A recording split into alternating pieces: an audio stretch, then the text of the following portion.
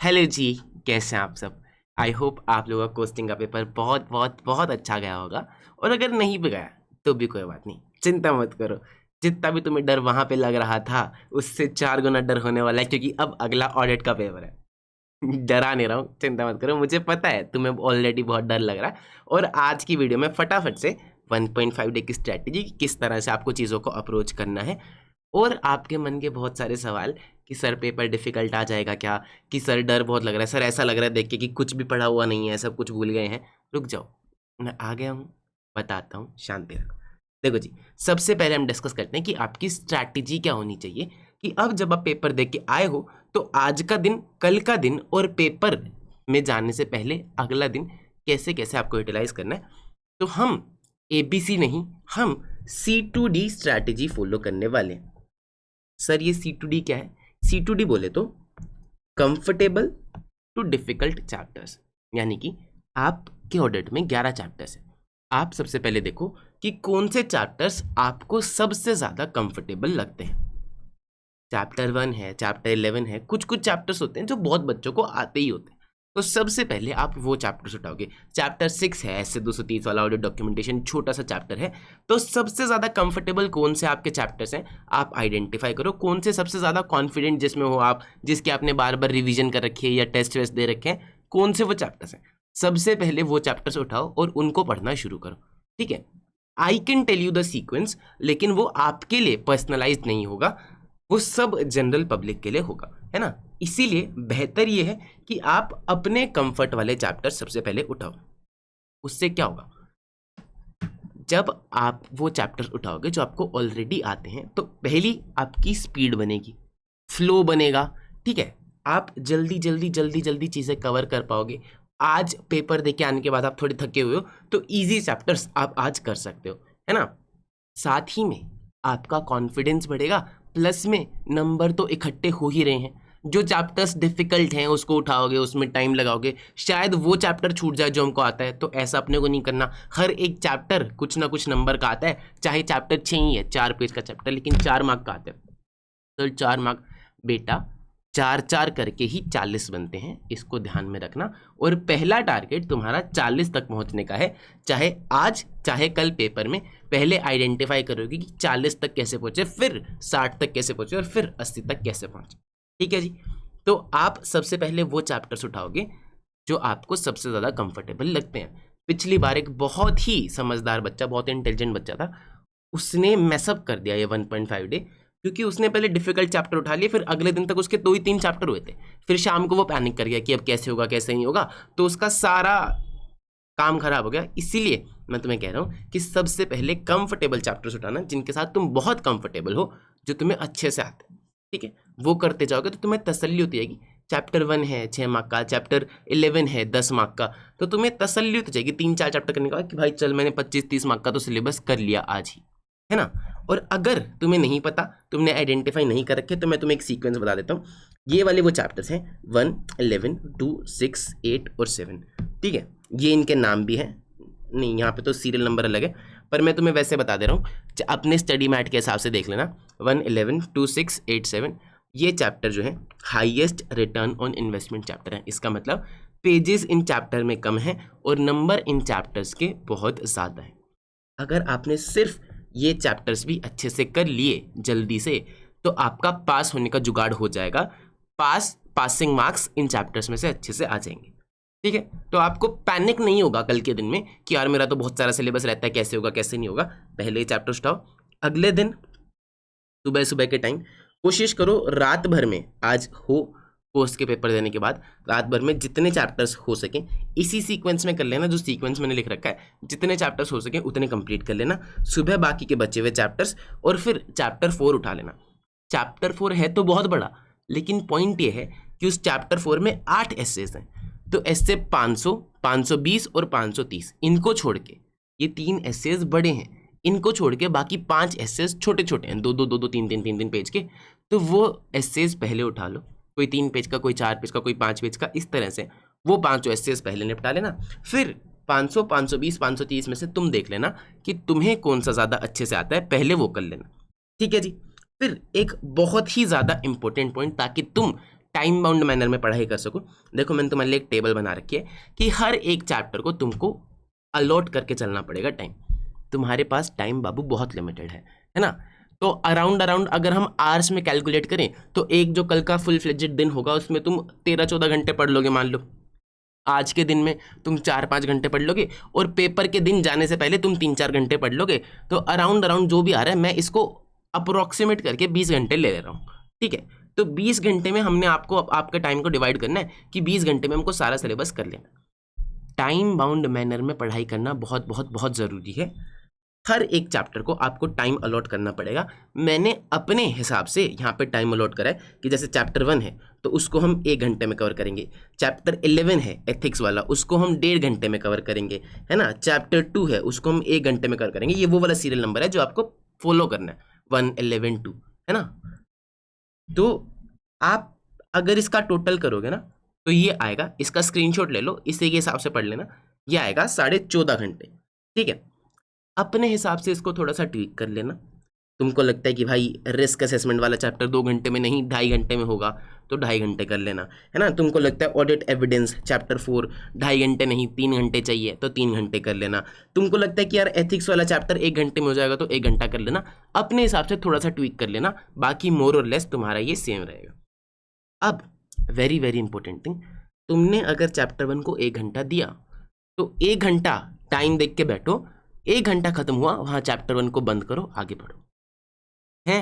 हाँ, चैप्टर 1 को वहां बंद करो, आगे बढ़ो, चाहे तुम्हारा थोड़ा रहता है चाहे तुम्हारा ज्यादा रहता है। क्योंकि अगर तुम एक ही चैप्टर पे अटके रहे तो तुम अगले चैप्टर का टाइम खा रहे हो, फिर कोई ना कोई पूरा का पूरा चैप्टर छूटेगा, which we do not want. I want you कि आप एक बार तो कम से कम पूरी किताब से गो थ्रू हो जाओ। पर सर जो चैप्टर बच गया वो इसीलिए ये 14.5 घंटे का है, तुम्हारे पास बफर टाइम है, बाद में देखना कि कौन सा बच गया है उसको कर लेना।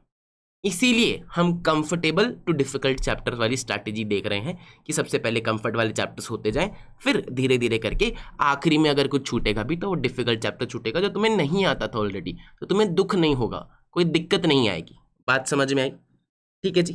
फिर सर क्वेश्चंस करने हैं क्या या कॉन्सेप्ट्स करने हैं? मेरी रिवीजन वीडियोस अगर आपने देखी है, मेरी क्लास में अगर आप थे तो हमने अपनी किताब में सारे क्वेश्चंस मेन बुक में मार्किंग कर रखी है ताकि आपको क्वेश्चन बैंक देखने की जरूरत नहीं पड़े। तो अगर आपने मार्किंग कर रखी है तो क्वेश्चन बैंक को साइड रख दो, अगर आपने मार्किंग नहीं कर रखी तो भी आई वुड सजेस्ट कि क्वेश्चन बैंक को आप जरा साइड रख दो और कॉन्सेप्ट पे ध्यान दो। इंटरमीडिएट पे 70 से 80% of the paper direct paper आता है, सीधा सीधा हेडिंग पूछेगा, सीधा सीधा आंसर लिखना होगा। क्वेश्चंस अब प्रैक्टिस करने के चक्कर में मत पड़ो। अगर तुमने कुछ मार्किंग कर रखी है कि भाई ये क्वेश्चन करना था, वो क्वेश्चन केस स्टडी वाला क्वेश्चन है, तो वो 2, 4, 5 क्वेश्चंस देख लो। अगर तुम्हें एक बारी पलटना ही है तो 10% ऑफ द टाइम यानी कि 1 घंटा जो मैंने तुम्हें दिया है चैप्टर 1 के लिए, उसमें से 10% यानी कि 5-7 मिनट तुम क्वेश्चंस पे लगाओगे, बाकी 90% ऑफ द टाइम तुम अपनी मेन कॉन्सेप्ट बुक पे लगाओगे। ठीक है जी। यहाँ पे 2 घंटा है तो 10-15 मिनट तुम क्वेश्चंस पे लगा सकते हो, बाकी मेन बुक पे तुम्हें अपना सारा टाइम लगाना है। Concept book is the main important thing. Sir videos देखनी है क्या? नहीं, वीडियोस नहीं देखनी है, सिर्फ एक कंडीशन में तुम्हें वीडियोस देखनी है। अगर तुम पन्ने पलट रहे हो, पढ़ रहे हो और तुम्हें नहीं जम रहा, नहीं बैठ रहा, फ्लो नहीं आ रहा, याद नहीं आ रही, चीज़ें समझ नहीं आ रही, या टाइम बहुत ज़्यादा लग रहा है, तुमने देखा कि 1 घंटा तो हो गया और पेज मेरे 4 ही हुए, तो फटाफट वीडियो चलाओ सामने और देखो। जिस टीचर की किताब है उसी किताब की वीडियो चलाना, ठीक है, किसी और की वीडियो नहीं चलाना। उसको 1.5 की स्पीड पे, 2 की स्पीड पे चलाओ ताकि वो जो बोलता जा रहा है वो तुम्हें दिखता जाए।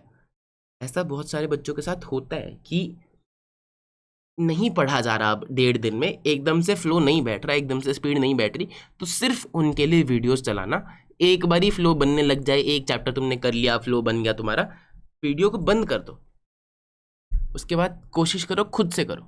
जितना ज़्यादा खुद से किताब से करोगे उतना ज़्यादा ही पेपर में लिख के आ पाओगे। पेपर में वीडियो नहीं होगी, पेपर में खुद से लिख के आना। जितना ज़्यादा किताब से करोगे उतना बेहतर तुम्हारा रिटेंशन रहेगा। ठीक है जी। सर डर बहुत लग रहा है कि कैसे होगा। सर ऐसा लग रहा है कि सब भूल गए। कोई बात नहीं, सबको लगता है, मेरे को भी लगा था।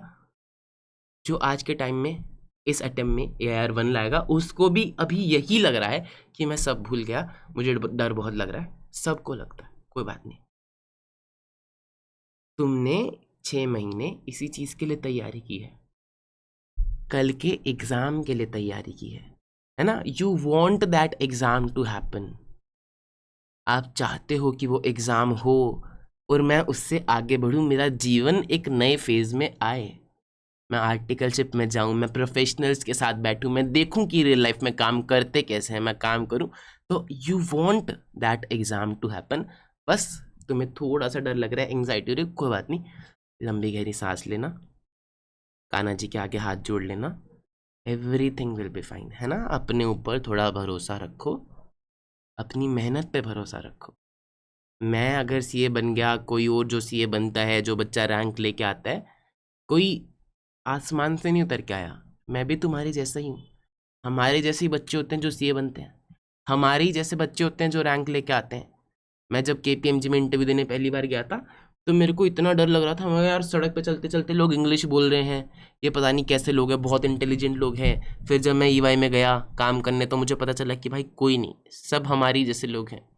कोई गांव से आया, कोई शहर से आया है, वो EY में बैठा, लेकिन आया तो वो दिल्ली से ही है, आया तो वो रोहतक से ही है, आया तो वो बठिंडा से ही है, आया तो वो इन्हीं छोटे शहरों से है ना, बस वो जाके वहाँ बैठा है। तो मेरे तेरे जैसे लोग ही हैं दोस्त, जो ये सारी चीज़ें करते हैं। तो हैव फेथ इन योरसेल्फ, हो जाएगा। अभी याद नहीं आ रहा है क्योंकि डर बहुत लग रहा है, लेकिन कल जब पेपर में याद करने की ज़रूरत पड़ेगी तो दिमाग तुझे वो सारे आंसर्स देगा। ठीक है जी। फिर सर ये जो एग्ज़ाम्स पोस्टपोन हो गए ये वॉर की वजह से, सो अब पेपर डिफ़िकल्ट आएगा क्या? फालतू की बात है, कोई पेपर डिफ़िकल्ट नहीं आ रहा, पेपर वही आएगा जो पहले बन चुका था। उनने कोई दोबारा पेपर नहीं बनाया तुम्हारे लिए, तुमसे वही नहीं होता है, वो कहाँ तुम्हारी डिफ़िकल्टी का लेवल बढ़ाएंगे। तुम्हारी वैसी ही वाट लगी पड़ी है 10 दिन के बाद भी उनको। ICI is conducting exam from the last 75 years, what ever years. तो जब से तुम पैदा भी नहीं हुए थे, पता नहीं कितनी ही पीढ़ियों से ICI एग्ज़ाम करता आ रहा है, और उसको पता है कि ऑडिट कैसा पेपर है, वो नहीं बना रहा तुम्हारे लिए डिफ़िकल्ट। और स्टिल मैं तुम्हें बताता हूँ, आज तक पिछले 10 सालों में मैंने जो भी देखा, हर ऑडिट के पेपर के बाद हर टीचर आएगा और तुम्हें बताएगा कि भाई साहब आज का पेपर तो most difficult paper in the history था। ऐसा कुछ नहीं है, सारे पेपर ऑडिट के एवरेज आते हैं। क्योंकि बच्चा नहीं पढ़ता, तो हम बहुत ही कंफर्टेबली आके एज टीचर्स बोल सकते हैं कि मोस्ट डिफिकल्ट पेपर था, कॉन्सेप्चुअल अंडरस्टैंडिंग होनी चाहिए, एटसेट्रा एटसेट्रा, ये वो।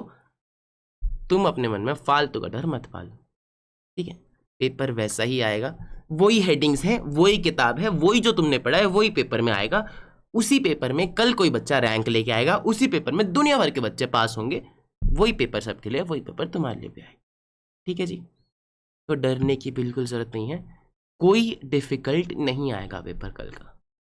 ठीक है जी। फर्स्ट 15 मिनट्स कैसे तुम्हें यूटिलाइज करने हैं उसके लिए एक वीडियो डली हुई है अलग से, जाके उसको देख लेना, उसी के हिसाब से करना। 15 minutes are very very important, अपने हिसाब से मत करना, जो मैंने बता रखा है उसके हिसाब से करना। ठीक है जी। और इसका तुमने स्क्रीनशॉट आई होप ले लिया होगा, नहीं लिया तो अभी ले लो। ठीक है जी। May Kanha ji bless you ढेर सारा, and I am always here. Take care, सब हो जाएगा, बहुत अच्छे से हो जाएगा। इसी दिन के लिए तुमने तैयारी की है, कल तुम्हारा दिन है। जाओ, अच्छे से बैठो, डरो नहीं। तुम ही हो जिसके लिए कल वो पेपर बनाया गया है। तुम ही हो जो एक दिन उस स्टेज पे जाएगा, वो काले वाली टोपी पहनेगा, मम्मी के साथ फोटो खिंचाएगा, पापा के साथ फोटो खिंचाएगा। बस ज़रूरत है तो थोड़े से भरोसे की। और जब मैं तुम पे भरोसा कर सकता हूँ, तो तुम अपने आप पे भरोसा क्यों नहीं कर सकते? अगर तुम्हारे घर वाले तुम पे भरोसा कर सकते हैं, अगर उनको नहीं भरोसा होता ना कि ये लड़के से सीए नहीं होगी, वो तुम्हें डालते ही नहीं, वो पहले ही तुम्हें कहीं और डालते। हर किसी को पता होता है अपने बच्चे की काबिलियत का, उन्हें पता है कि तुम काबिल हो तो आज के दिन तुम यहाँ पर हो, अदरवाइज तुम नहीं होते, है ना।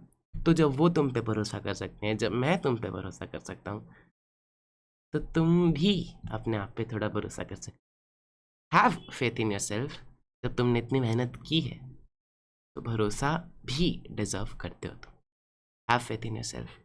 All the best, good bye, take care, and as always love you. ढेर सारा। Bye bye.